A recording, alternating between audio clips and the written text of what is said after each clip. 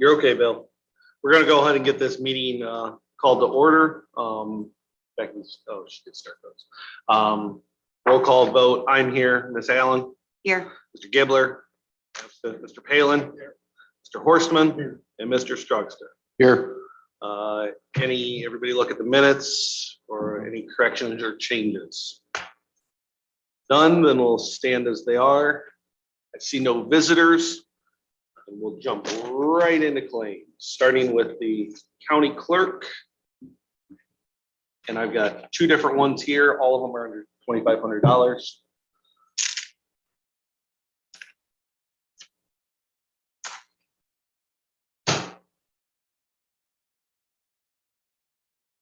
Just read that top number off to me. Total, Yep. $981.57, And then the other one is $97.34. this one. And Nancy, would you like to give a report? Good morning, everyone. I don't have much to say this morning. Later in the agenda under new business, I will talk more about my election equipment update. And that's all I have.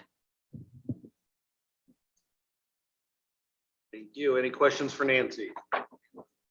Moving on to the treasurer is not here, so we'll put that to the side real quick. ROE, we're gonna have to read all of them off.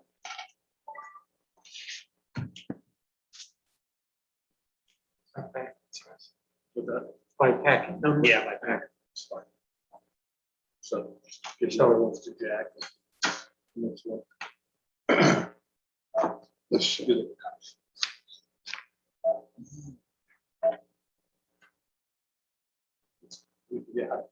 Yeah, I think so. we'll figure it out. We'll make it. Okay, so packet number one, total, $1,862.50.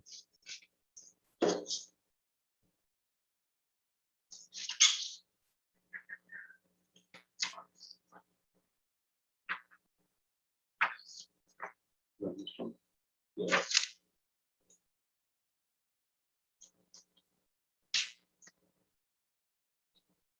$1,862.50.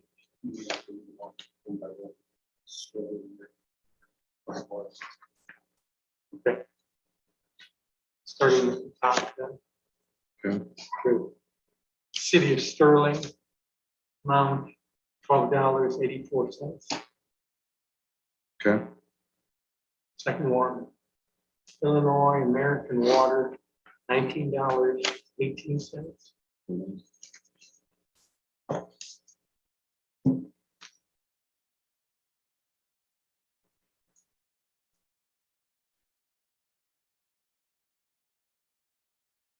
Okay. Purity Plus Water Systems, $28. Okay. ComEd, $158.91. Okay. Petty Insurance, $1,556.66. Yep.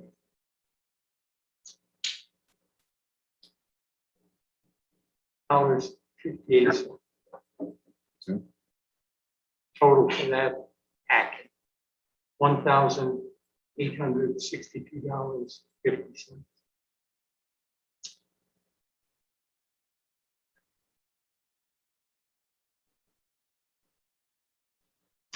Say they want again. $1,862.50. All right. With that group, there was just a couple that you didn't read off, but maybe they'll come up as you go. Okay. Go ahead. IPA dues for Josh Newt, $50.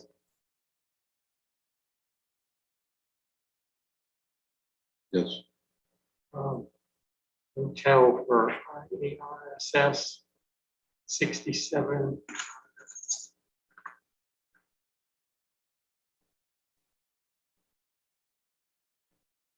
Motel for IARSS, $67.05. Right. Breakfast IPA outing, $11.39. IARSS annual dues, $750. Okay. Mileage, $12.32. Okay. Mileage for Chris Tennyson, $136.35. Okay. Total for that package, $1,094.16.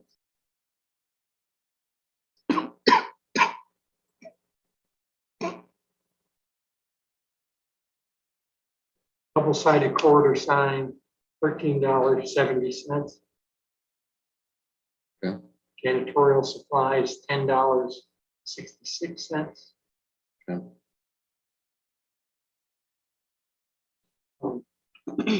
Total for that package, $24.36.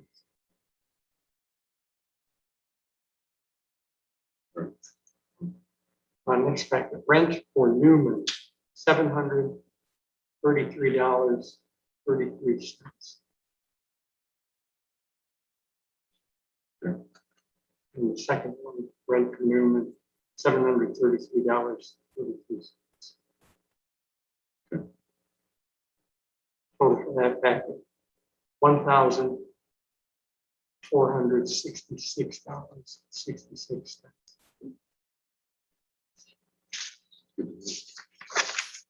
For a total, Grand total is $4,447.68. fantastic. Chris, would you like to give a report? Sure. If there's no questions about the budget, I think you all have a copy of my report that was sent over. A couple of highlights. We've been really, really busy the last month with health, life, safety, building inspections. Summer is when a lot of our districts get their work done. And this summer has been extremely challenging because they're not getting the equipment they need delivered to put into the schools because it's just everything's back ordered because of the situation across the country. So we've spent a lot of time getting through buildings, giving them their occupancy permits so we can get students back in. And we've been pretty successful. Amboy did have to delay their start by a week because of some things that they needed to get done before we could allow students in. But that's been a big part of our time. And we did have one district that needed to demolish a portable school built classroom. And I realized we're in charge of that too. So I got my first experience with that and that went well.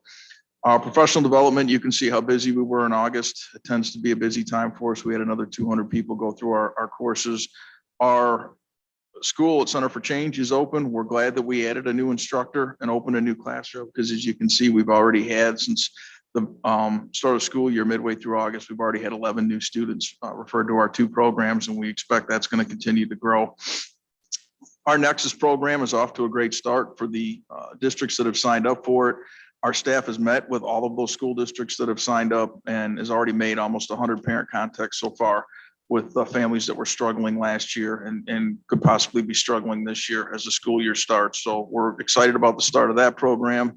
Our Parents as Teachers First Year program is doing very well. And we had a lot of people exit the program last year, and we have several openings, including we have a one Spanish speaking home visitor. So if anybody knows a family that's expecting a child or has a child who's under the age of 3 and those young parents could use some support, please refer them to our regional office and we can get them in touch with some support.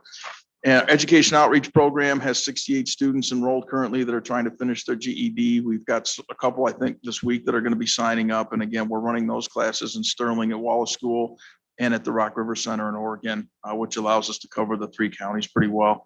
And truancy is up and running and ready to go. We started the year with 275 students still on the caseload from last year. The frustration for us right now is our truancy program is funded by the state through a grant. The regional offices are the only entity by statute that's supposed to enforce truancy. And we usually have our grant given to us in July because we have people that start in August. The state still has not gotten back to us on the grant. So I'm funding our truancy staff month to month on month-to-month contracts out of our reserves and contacting the state every day, trying to figure out when they're gonna, get that grant through for us. So we're working on that, and I'm working on some things. If something happens and we don't get that grant, we're going to need to have a truancy program. So I'm working on some things with my administrative team on how we can get that done if something happens with the grant. And then if anyone has any questions, I'll try and answer them.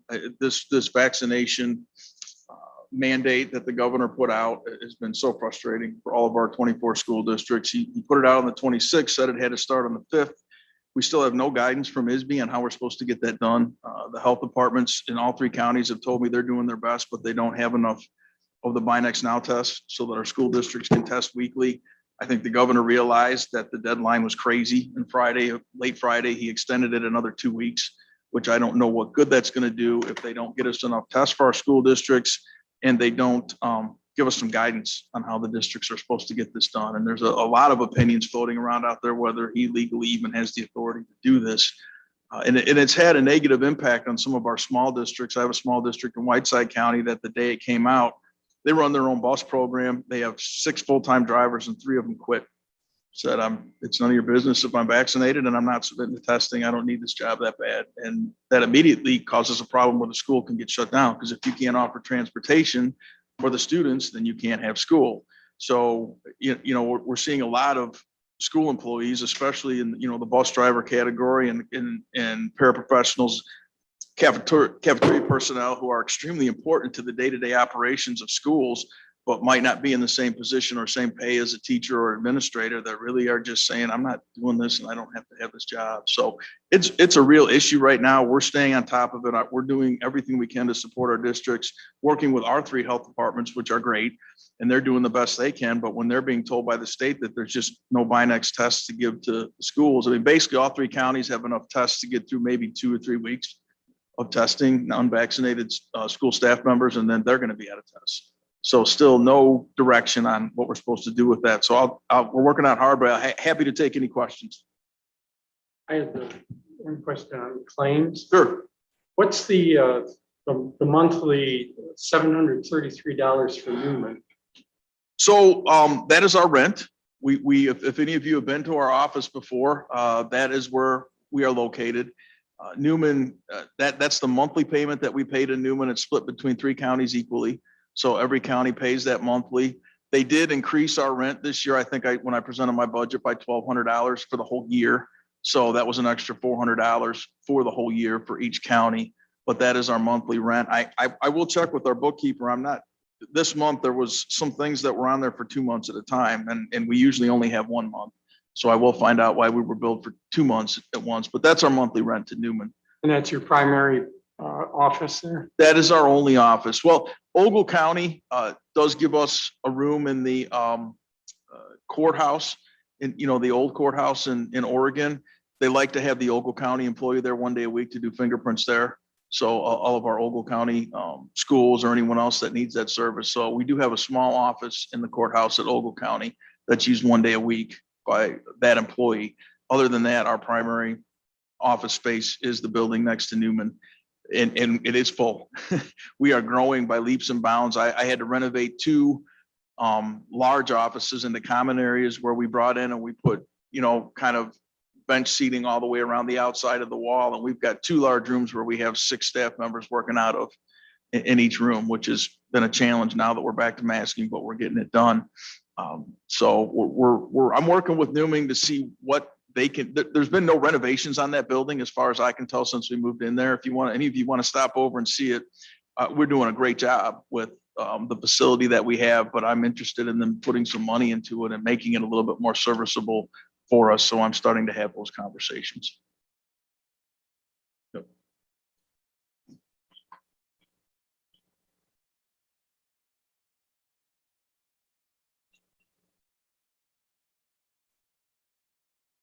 Right.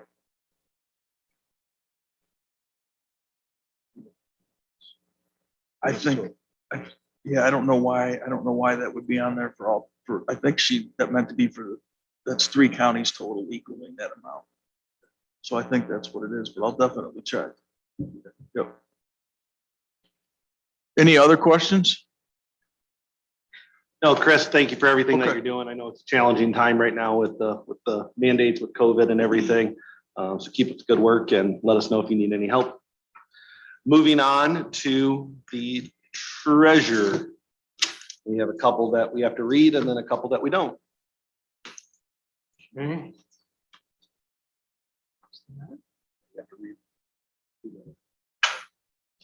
Right. This was, the name of the claimant is amalgamated for bond payment. $525,000, 337. Let me read that. $525,337.51. Bond payment. Do you want to touch on that real quick? That's for the LEC. Okay, thank you.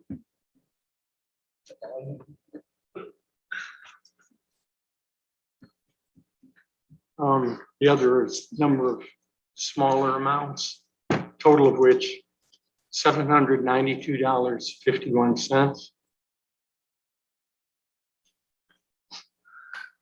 And then County Tourism Council. We have Lee County and Dixon have, as usual, equal amounts. For motel, hotel, the amount is $9,474.11 for each of them. A total of $18,948.22. Paula, would you like to give a report? Due date for taxes was last Friday, but generally about at this time, we still have about 10% of the taxes to collect. So we'll be really busy this week as people realize that they missed the deadline. We are also working on trying to help finish up the budget with the finance committee. I was confused. And negotiations will probably be starting pretty soon with our Teamsters, which is Nancy and my office's Teamsters, and the finance committee. So those are the items on the agenda right now. Fantastic. Any questions for? One, that bond payment, is that annual? Semi-annual. That one, I believe, is the principal and the interest. There's an interest that we do in the spring. And there's also a second bond payment that's due to US Bank. And I think that'll probably might be due next month. So there's two bonds that were issued to build the LEC. One for about 9.5, the other one for about 4. So, and there's 2 payments a year. One is interest in the spring. I think both of them are interest. And then this is principal and interest. So this will be this will be the biggest one we see. Yes, the other one from US Bank isn't as large. Thank you. Moving on to board chairman, these were not looked at, so a couple there that we got to read.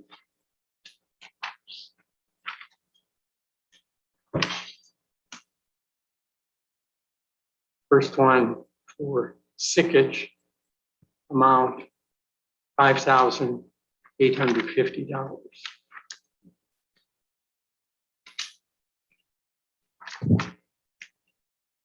Next, Sauk Valley Media,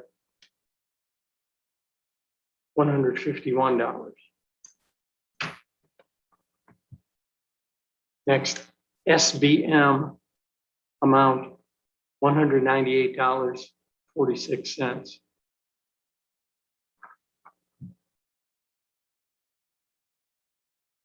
Next, US Bank, $185.27. For a total of $6,384.73. Chris, these are all smaller ones. These weren't.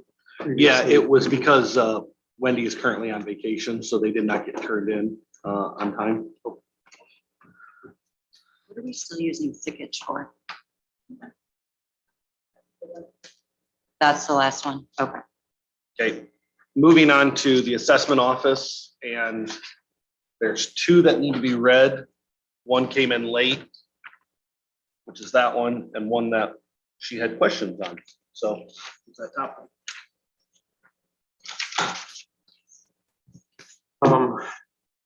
So first is for electronics, burglar alarm service amount, $348.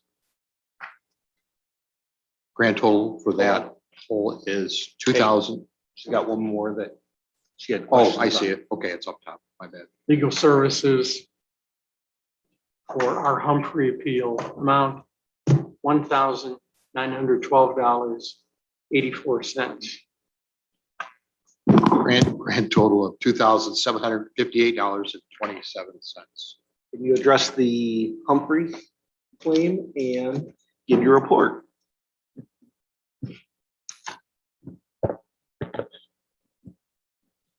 The Humphrey claim is for the PTAB appeal. And I don't know if she was looking at any further information on that besides that we had filed for a continuance and we have oh yes, it was a conflict of interest. So we had to hire an attorney for the PTAB appeal on that one.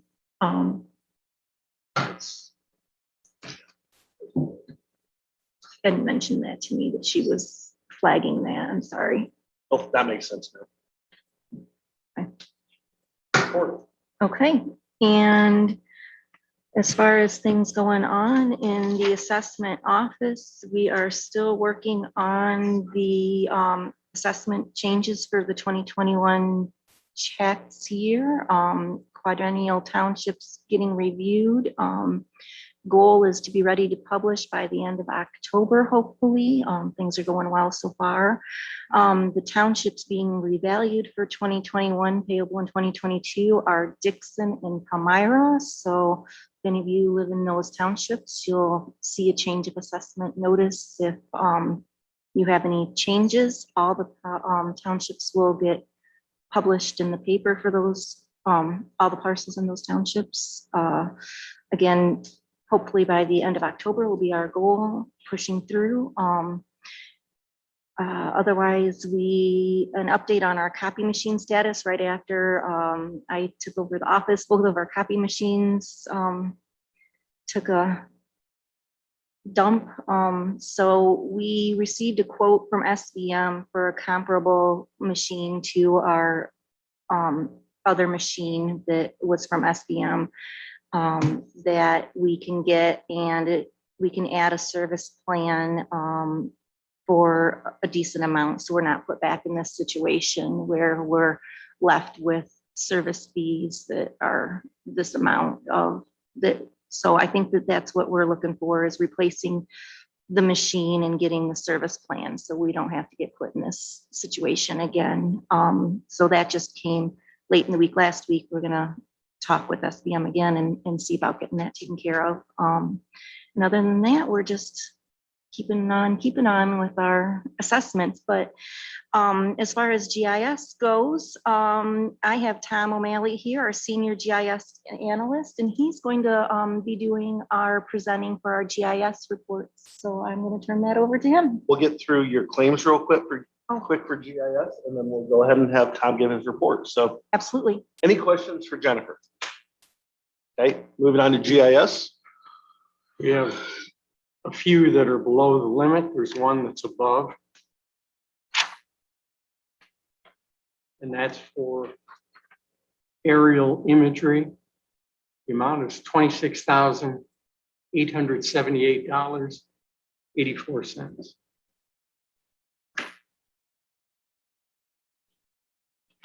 Grand total $27,688.86.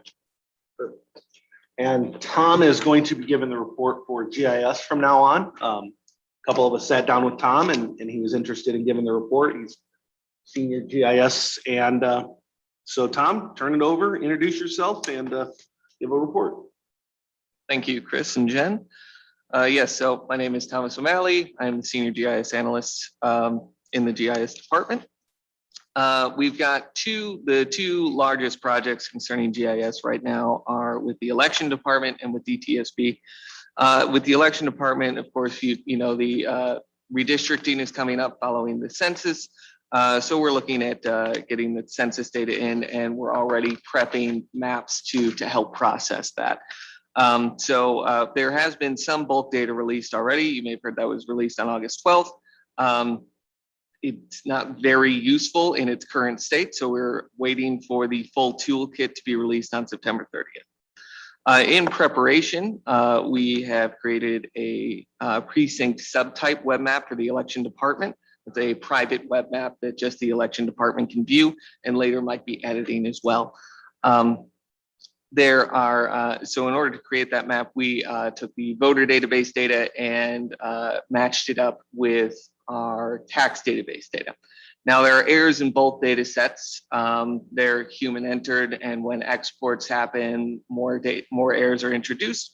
But we went from about having only 1/3 match initially to, after some cleanups with some scripts that I wrote, we've got 86% matched so far. And I think we're going to have another maybe 10% jump after some changes I made to the script and ran over the weekend. So I'll be checking on that today. Yeah, we took that cleaned up data, published that to a private map for the election department, and they'll be reviewing that as they go to start redrawing districts. So it's about getting the tools in their hands, since they have the authority and the knowledge to redraw those districts. So the other primary project is with ETSB. That's their Motorola Flex project. We attended, as IT did as well last month, the admin training for this new software. The software is a call handling software. It relies on GIS. Most calls coming in now are, of course, cell phone calls, and so they need to be plotted on a map, and we need important reference layers like hydrants and districts, in order to determine who they're going to call to dispatch. So this month we made some modifications to the automation models that Motorola had produced last month to make it work better with a SQL database that's going to be better for long-term maintenance. So that was the goal there. I also want to highlight, so this is, the Flex project is completely separate from the NG 911 project that the state has mandated. That one has been going on for a few years. Their requirements have been kind of in flux. And over that time, I want to highlight the work that Carmen Bowman, our GIS specialist, has done on that. She's been our primary data steward during that time, and has been adjusting the data with the format, the naming conventions, all of that.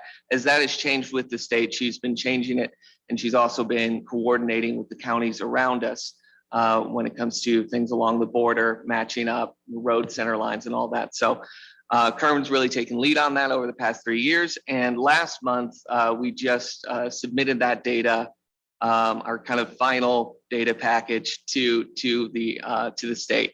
I'm sure they'll have some tweaks for us after the fact, but that project is nearly done. Apart from that, some smaller updates here. Last month, I rebuilt our Android app. We have an app for the Lee County GIS maps, and to add some new features and, more importantly, make it compatible with the latest devices. We got some emails and some reviews that it was no longer working with folks who had gotten brand new phones, had the latest Android software on there. I wrote it originally a few years ago, and Android moves pretty quick. So some of that code was no longer good, and I had to rewrite it from the ground up. Yeah, we were able to pack in some improvements along the way. We've got links to our tax database, our property database as well. And we'll make some, right now it's just simple buttons. So probably make it look a little bit nicer in the future, but priority was just getting it going again. And finally, I mentioned, or it was in the report last month, the EMA, the dashboard. We did get that, at least the first dashboard completed. And there's a little photo attached in the packet today too, with how it looks. So that was a collaboration with Bureau County EMA. Keenan Campbell from Bureau County is both the EMA director and a GIS expert himself. So he was able to use his knowledge of GIS combined with his knowledge of different EMA data sources to help us get that up and going quickly. So really what I did was build a framework and hand it over to Kevin and Keenan, who were able to produce this first dashboard for his EOC. So that's again a private map, something that will be up on his television sets in the operating center. So that's probably the first of many dashboards that we'll create for Kevin. But again, it was about getting that framework in place and getting them one general use one up and going today. So yeah, that's about it from GIS. Any questions? I just have one, probably a series of them, but do we have like a counter of some sort on the GIS? You know, like a counter, like hits and stuff like Page that? hits? That page hits and all that kind of stuff and, We don't, I do have some stats that I can tell you off the top of my head.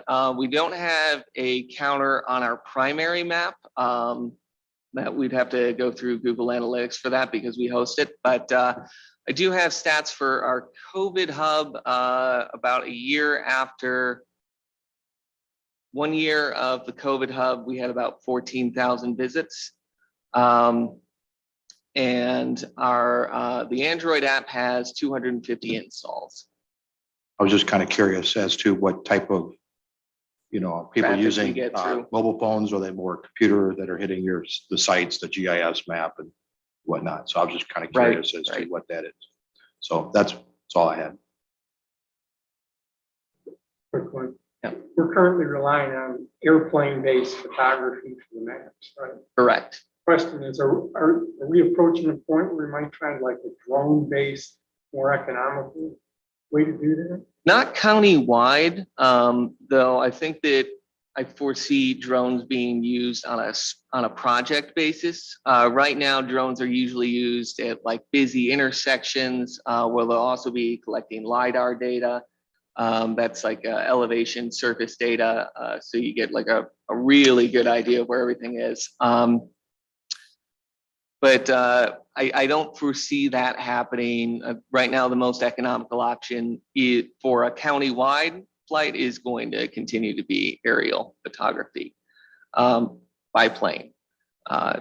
Drones, for now at least, are really just for smaller projects. And I think they'll We've be that way for a while. discussed, yeah, we've discussed, and actually Tom and Carmen and I just discussed very recently, the possibility of in the future using a commercial drone person to do some of the township projects, like Tom said, some of these areas, some of these rural areas that are hard to get to, that we can't get back in the back 40 or things like that, that the drones would be very useful. But to you can't just own a drone and take it out and fly it over somebody's property. You have to be a commercial licensed user to do that. So it would be something that we'd have to find a commercial person, and we would still have to hire that person to do it, like we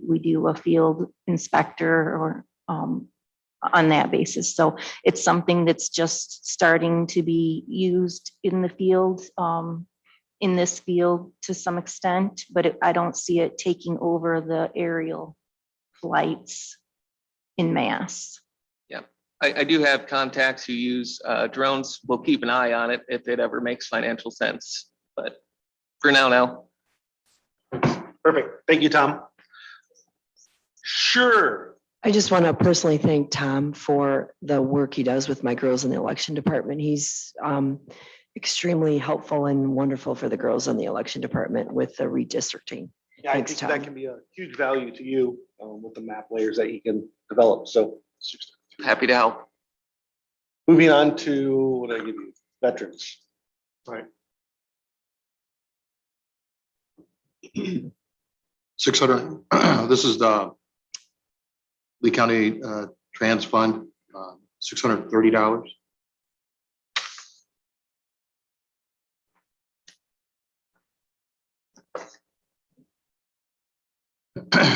Lee County Veterans, $335.74.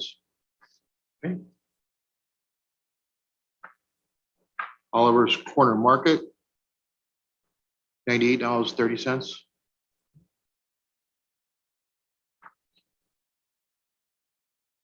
The county trans fund, $218.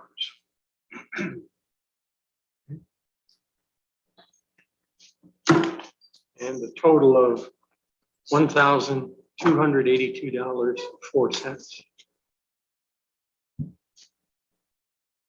Moving on to IT, none of these came in on time, so we'll have to read them. Oh, sorry.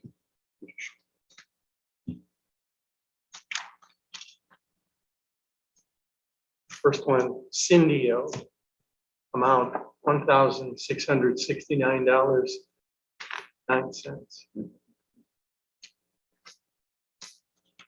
Second one, Cindy-O, amount $1,144.56.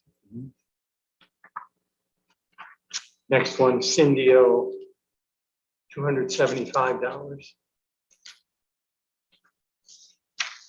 Next, CenturyLink, $1,005.82. Next, CenturyLink, $563.84. Next, CenturyLink, $119.96. Next, CenturyLink, $63.18. Next, US Bank, $63.69. Next, US Bank, $6.35.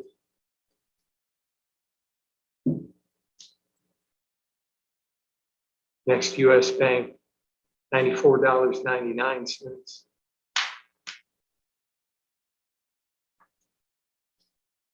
Amazon Capital Services, $4,794.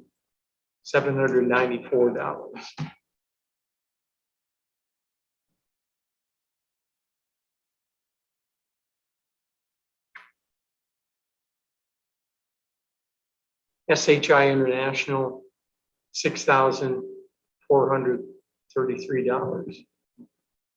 That's for battery backup service. And the last one is DevNet, $12,112.52. That's for property tax software maintenance and support. Grand total, $28,346.50. Paul is not here. Jonathan, do you know anything that needs to be added? Okay, good. I'm glad I put you on the spot. No, it's fine. You can just email it to the committee. Perfect, thank you. I'll entertain a motion to pay the claims. Make a motion. Second. All in favor, say aye. Aye. Anybody opposed? Alan Struxton. Moving on, COVID policy and numbers. We had 0 in the month of August for the county. So let's keep it the way it is. I think we have no idea what this is going to continue to do, but it seems like it's working right now. Claims procedure and update. And Wendy, I'm going to look at you, or not Wendy, Paula, I'm sorry. My names are all over. I know we talked about the claims procedures. You said you weren't going to actually be able to finalize it until like a November timeframe. You and Wendy have been in conversation, but since Wendy's not here. Yes, so we actually have quite a few ideas and how it would work with the software that we have right now. So just need a little bit more time to get back to it because my other world is a little busy right now. So I don't have time to focus on making those policy changes. I think that we need to get department heads up to speed because it's going to change their world a little bit, and that usually takes a little bit of time. They don't really, people don't like things just thrown at them at last minute. Past experiences showed me that, so I'm going to try not to do that. So it'll probably be a couple more months before we can really dig into it. Just so everybody's aware, we're definitely looking at, I think we all like the process that we're going down. It's focus in on department head reports rather than a $20 water bill. So any other conversation towards that? I totally agree with that. Now, when you're talking about going further with the software, that's what you were talking about, right? Not just what we're doing here, but kind of adding it so the department heads, There is a piece that we could buy to do that, okay, that they would actually put the invoices in, but then it has to be approved electronically by department heads, by you guys. I mean, it becomes a whole electronic process. So that would be a more significant change. We could probably take it that far. Right. The change that I sort of had in my head was that we would have everything input before your meetings. right? And then you guys would just get a report. You would no longer get the individual invoices. You'd get a report to look it through and approve. And after that, we'd actually cut the checks. Okay. So, but we can, I just got a quote on what it would cost to buy the piece of software that would add to that, the individual departments would enter their own invoices into the system. What was that amount? Roughly. 10 grand. Oh. You do have an issue with, Compatibility? no, it's all the same software, but people have to be, I mean, there's deadlines to do that and they have to put it in there. And then there's also people that have to log in and approve that through the process. So you need complete computer literacy by everybody in the chain, and people have to log in and they have to approve it or bills won't get paid. I know that that's a problem in a couple of the other places that I've worked, and getting people to want to do that. So, and that means department heads, that means you guys, that means lots of people. So keep that in mind. And to the point that I was going to bring up, Mr. Olson and I have been talking, and we really want to move the county to digital, right? Stop with paper, kill trees upon trees. And I really am fighting. He wants to go to executive, but with this claims process changing, this technology that they're talking about, my question is to this committee, as you sit here today, if you had the opportunity to have a computer in front of you that you got to take home, would you embrace it? Would you be excited to use it? It would be county property naturally, and we'd be able to push different reports out to you almost in a Dropbox fashion. I believe you use a board book, which would be very similar to it.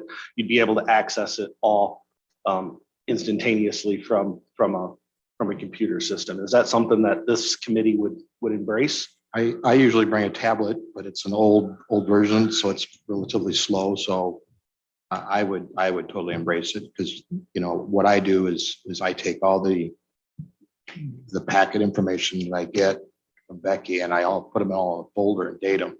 So if I need to go back and look at it, I take this piece of paper and I throw it away, because I have a digital copy somewhere else. Right. You know, so yeah, if we can save money on paper, I think that would be awesome. It's a step in the right direction. That's all we're looking for, right? Yeah. Just a brief comment. As you carry this forward, are you gonna make it so you can override it, put it into the website so the general public can click on it and look at the claims? Oh, you're saying the claims process? Yeah. I don't know the technology. It wouldn't be quite that simple, but I mean, we should have the list of bills out there on the website now anyway. I think we probably might be in violation I of think, something, where we should have them out there. So definitely something that we need to keep moving forward on and go from there.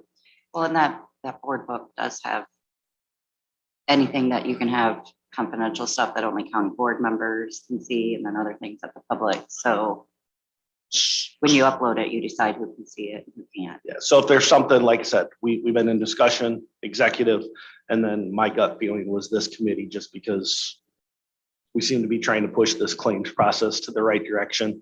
And we have a very unique group, right? We've got a young board member, we've got one of the oldest board members, we've got board members in between. And if this group can embrace it, then we can bring it to the whole county board to be successful. So we really have to all buy in. So any other questions or comments on the claims procedure? Moving on to rules and procedures, board rules and procedures discussion. Mr. Horstman, I took your advice and asked the department heads which departments or which committee they wanted to be under. And so there was a little bit of change. Now I'm on the spot and I don't remember, but I believe IT and maintenance wanted to stay here, which meant animal control was going to go to public safety. So Makes sense. So that was really where they wanted to say. And what it really comes down to is crimes versus not. Nothing's ever perfect, but that's where they wanted to stay. So if you have your rules and procedures in front of you, that is what it reflects. Now, what I will tell you is that we have to do this again in November of 22 because the districts and everything. So as you look at page 2 of it, the districts change, the board members change.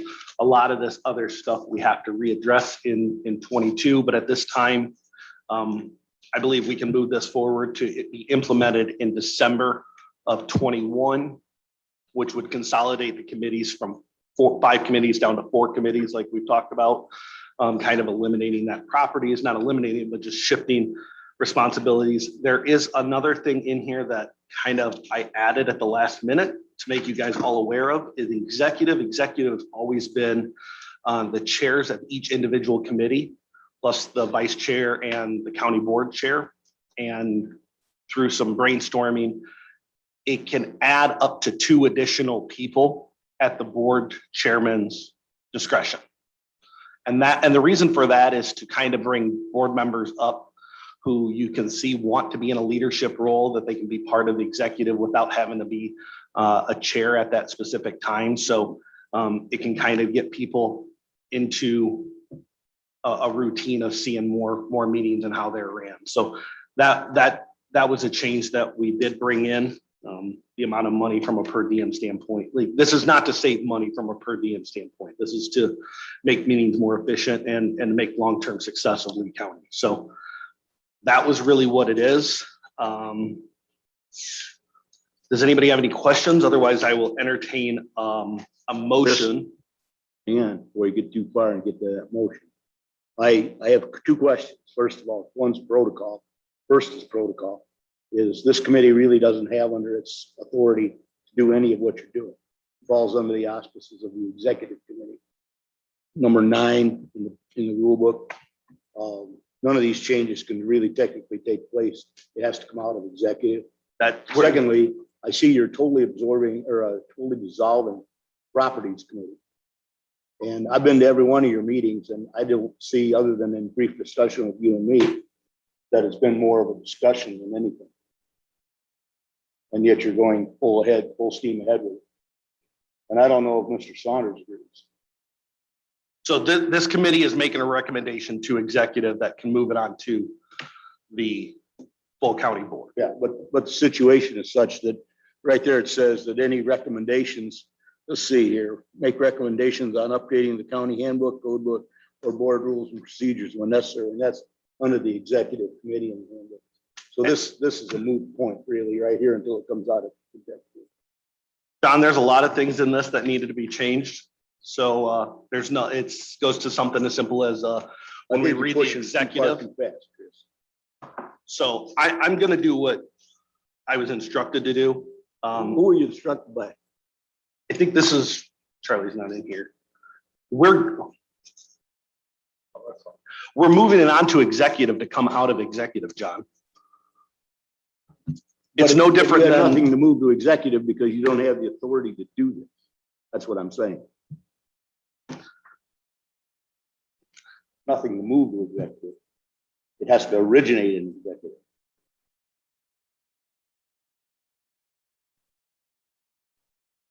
I'm going to make a motion. I entertain a motion to move this to executive.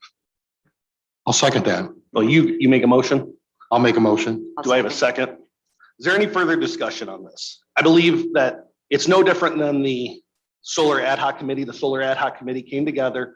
They had to make their recommendation. It moved into the zoning to who actually had the purview to do the hearing and procedures, then moved back to properties and so on and so forth. There's Charlie. Mr. Norberg, that's apples and oranges because that was appointed by the county board chairman. Solar ad hoc committee. This We is have a just, question for you. this is just doing things that aren't under your auspices. So this rules and procedures, Mr. Nicholson believes that it can't be moved from this committee onto executive. He believes it needs to be originated out of executive. Currently, that's how our rules and procedures, it says that there's a lot of things that were put together in the executive duties that are not currently being done by executive duties. Rules and procedures, paid in no, not paid in vacation. Executive session review. Those are things that are currently being done by ad service that have always been done by ad service, but for some reason are being done here. If it needs to be done in executive, if this committee moves it to executive, then it's still coming out of executive, correct? Moves are changes and recommendations for the updated rules and procedures. It has to go to executive, period. But per our rules and procedures, executive's the one who has to make the changes to the board rule handbook. Yeah, so basically you're doing the work and ad services. Ad services, basically. Okay, Because the executive, they could actually change more. We're just kind of getting some of them done. They could take all our changes and say, you know what? we hate it. We hate it. We're gonna get rid of, the new three. Type deal. Okay, Question is, Charlie, is that in the rule book, it says that it has to originate and it's part of the duties of the executive committee, not ad services.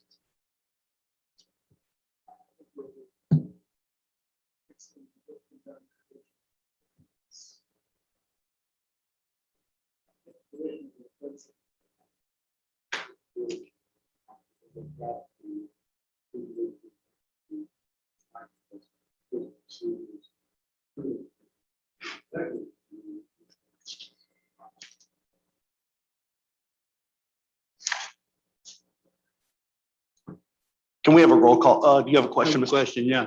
But why are we rushing into this now? We still have a full complement of 24 people Yep. and we've got So 2022 to So figure this out the too. reason for it is, and this is the whole conversation that I've had, is if we can get it right with 24, we can get it right with 20.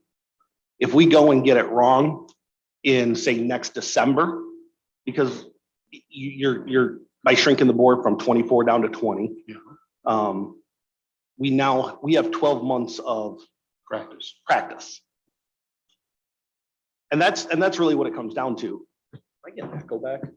We got 12 months of practice, and that's the purpose for the consolidation.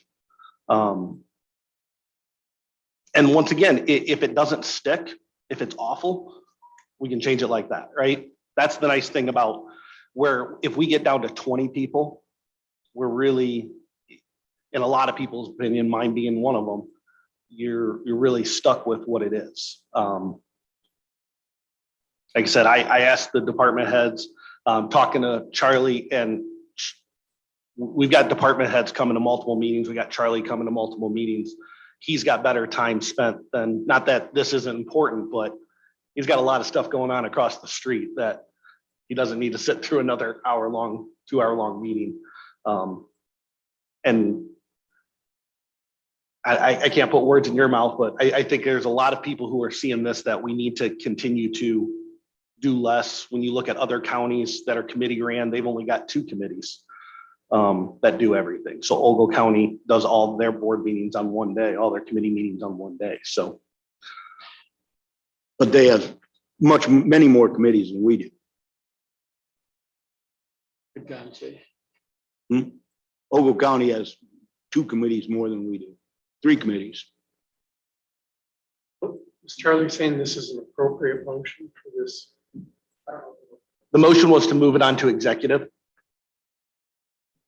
To move, correct, but it's appropriate a motion to move this on to executive. the updated rules and procedures. I'm sorry. Yeah. All you're doing is making recommendations.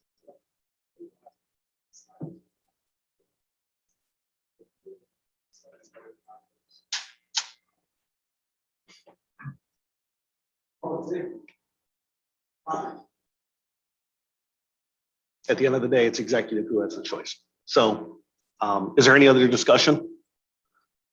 Can we have a roll call vote?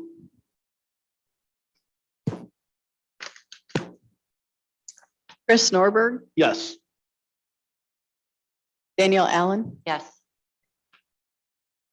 Bob Gibler's not here. Bill Palin, No. Jim Horstman, Yeah. and Jack Scrogstad. Yes. Okay. Motion passes. Updated election equipment update.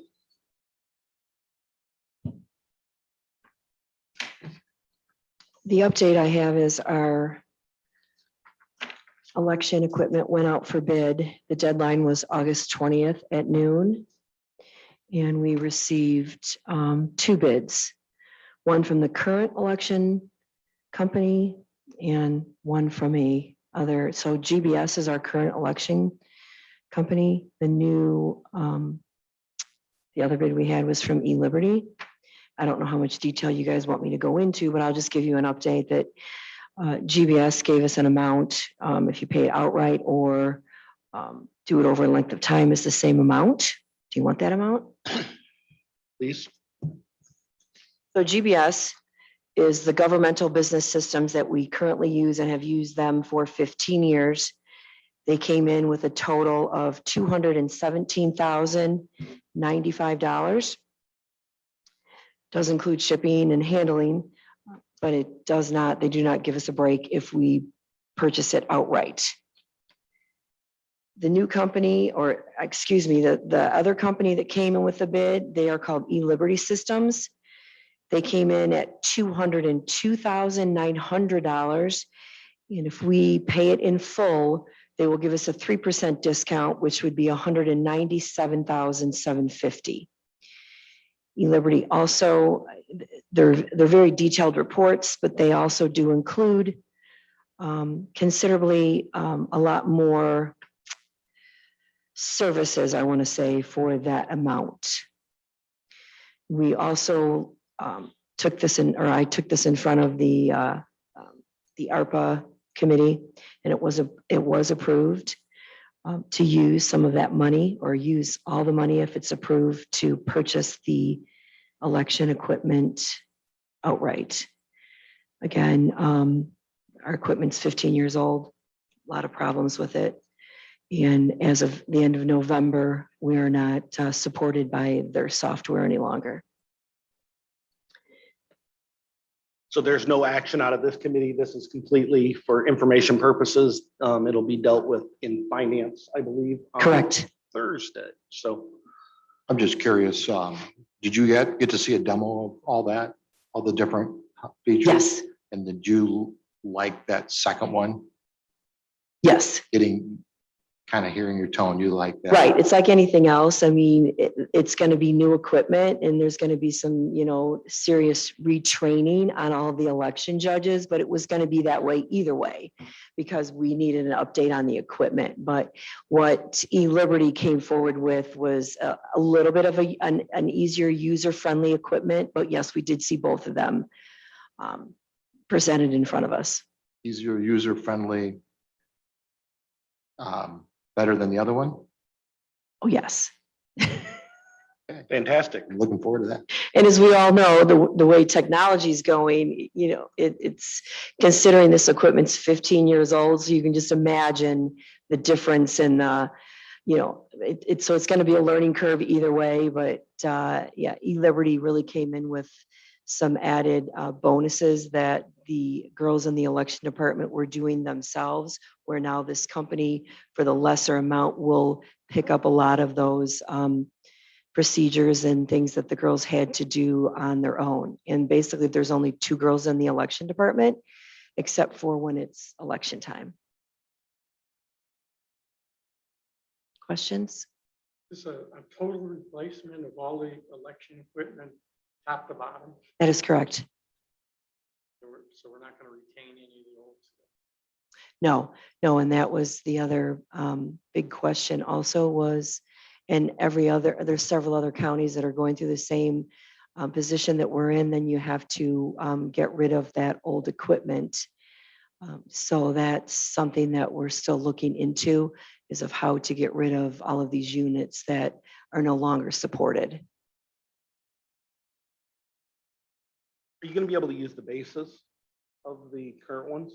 I know that was conversation that, The bases, or do we have a disposal plan of getting rid of these?